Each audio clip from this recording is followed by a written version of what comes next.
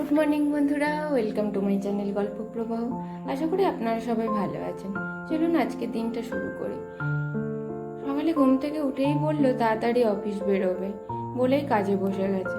তাই আমি তাড়াতাড়ি করে চাটা দিয়ে দিচ্ছি আর নিজেও 1 কাপ চা নিয়ে রান্নাঘরে চলে এলাম। টিফিনের জন্য তরকারি বসিয়ে দিয়েছি আর বললো যে সেদ্ধ ভাত খেয়েই বেরোবে, যেহেতু তাড়াতাড়ি বেরোবে। যে টাইমে বাড়ি থেকে অফিস বেরোতো সেই টাইমে অফিস পৌঁছতে হবে, তাই ভাতও বসিয়ে দিয়েছি। তরকারি হয়ে এসছে প্রায়। আসলে বিয়ের পর থেকে কখনো না আমি কোনো দায়িত্ব নিইনি বা কোনো হেডেকই আমার ছিল না। যা কিছু মা কখন অফিস বেরোবে কি না সব কিছু মাই সামলাতো। তো মায়ের কয়েকদিন ধরে শরীরটা ভালো নেই, তাই মাকে বললাম তুমি রেস্ট নাও, আমি করে নিচ্ছি। আগে থেকে যদি আমার জানা থাকতো তাহলে ব্যাপারটা স্বাভাবিক থাকতো যে হ্যাঁ তাড়াতাড়ি বেরোবে, ঠিক আছে। কিন্তু আমি যেহেতু সকালে উঠে জানলাম আমারও ঘুম থেকে উঠতে দেরি হয়ে গেছে, তাই একটু চাপ হচ্ছে। আশা করি সামলে নিতে পারবো, দেখা যাক। তরকারিটা হোক তত সময় আমি দুপুরে রান্নার ব্যবস্থা করে নিই। আজকে মোচা রান্না করব, তাই মোচা ছাড়িয়ে নিচ্ছি। আমার আবার মোচা, থোড়, কচু শাক, কচুলতি এইসব সবজি কাটতে ভীষণ ভালো লাগে। জানি না কেন ভালো লাগে, বাট ভালোই লাগে।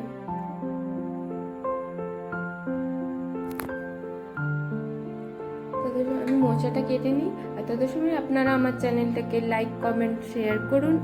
যারা এখনো সাবস্ক্রাইব করেননি প্লিজ সাবস্ক্রাইব করুন, আর যারা আজকে প্রথমবারের মতন আমার চ্যানেলটি দেখছেন প্লিজ সাবস্ক্রাইব করুন আর আমার সঙ্গে থাকুন।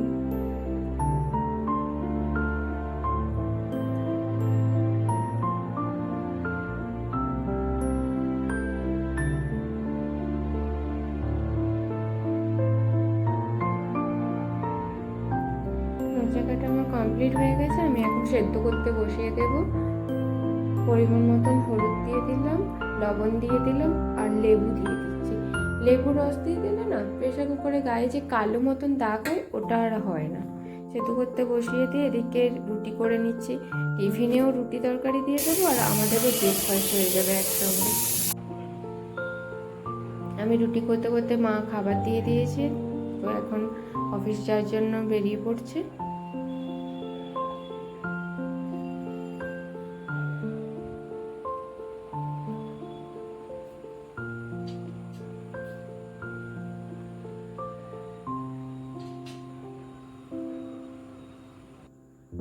আমি এবার চলে এলাম রান্নাঘরে। আজকে আমি কলার খোসা বাটা খাবো। মায়ের বাড়ি গেছিলাম, মা গাছ থেকে কলা কেটে দিয়েছিল, তো একদম টাটকা খোসা দেখে মনে হলো একটু বাটায় খাই, তো তাই বাটা করে নিচ্ছি। আমি কলার খোসা বাটা বলুন, ঝিঙের খোসা, ধনেপাতা বাটা, বাঁধাকপির পাতা, যে কোনো বাটা খেতে ভীষণ ভালোবাসি। বাড়ির সবাই হয়তো ভালোবাসে না, আমি খাই, তাই আমার সঙ্গে মাও খায়।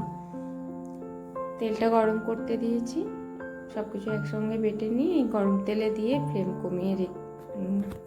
একদম ফ্লেম কমিয়ে রেখে দেবো, হয়ে যাবে রেডি। পরিমাণ মতন শুধু হলুদ আর লবণ দিয়ে দেব।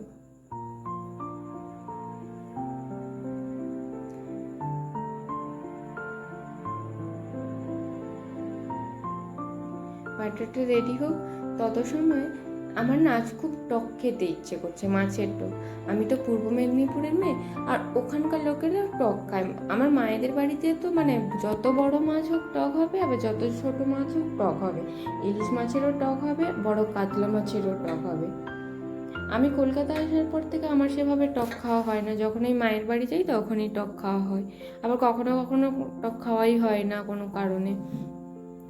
তো আজকে মাকে বললাম মা আমার খুব টক খেতে ইচ্ছে করছে, তুমি খাবে? তো মায়েরা তো সেভাবে টক খায় না, মাছের টক এমনি জাস্ট চাটনি ফাটনি খায়। তো মায়েদের জন্য ঝোল বানাবো আর নিজের জন্য টক বানাবো। টক বানাবো তো বলছি, কিন্তু আমি তো সেভাবে বানাতেও পারি না। মায়ের কাছে শুধু খেয়েছি। দেখি মাকে ফোন করে জেনে নেব। ঝোল বানিয়ে নিলাম, আর এই দেখুন আলু ঢেঁড়স দিয়ে মাছের টক। এখন মোচার তরকারিটাও করে নেব। তেজপাতা, জিরে, গরম মশলা ফোড়ন, গোটা গরম মশলা ফোড়ন দিয়ে দিয়েছি। এর টুকরো করে আলুগুলোও দিয়ে দিচ্ছি।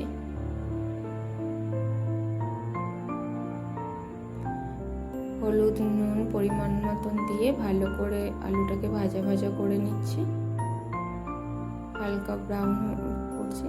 আর পেঁয়াজ বাটা রসুন বাটা দিচ্ছি। প্রতিদিন নিরামিষ মোচা খাই, তো আজকে ইচ্ছে হলো একটু পেঁয়াজ বাটা রসুন বাটা দিয়ে করি। চিংড়ি মাছ দিলে তো টেস্ট একদম চেঞ্জই হয়ে যেত, কিন্তু আমি যেহেতু চিংড়ি মাছ খাই না তাই তরকারিতে সেভাবে চিংড়ি মাছটা দেওয়া হয় না।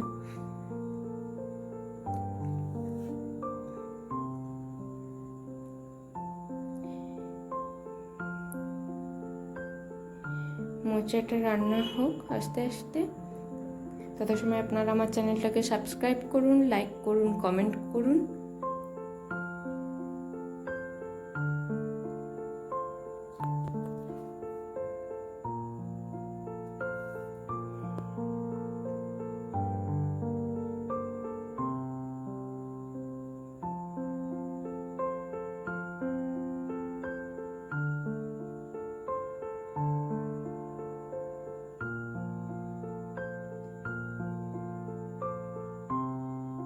আর এদিকে মেয়ে দাদুর সঙ্গে পাগলামো করছে। চলুন দেখা যাক দাদু নাতনি পাগলামো।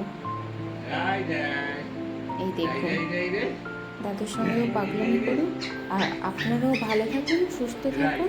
দেখা হবে নতুন একটা ব্লগে। আজকে ব্লগটা আমি এখানেই শেষ করছি।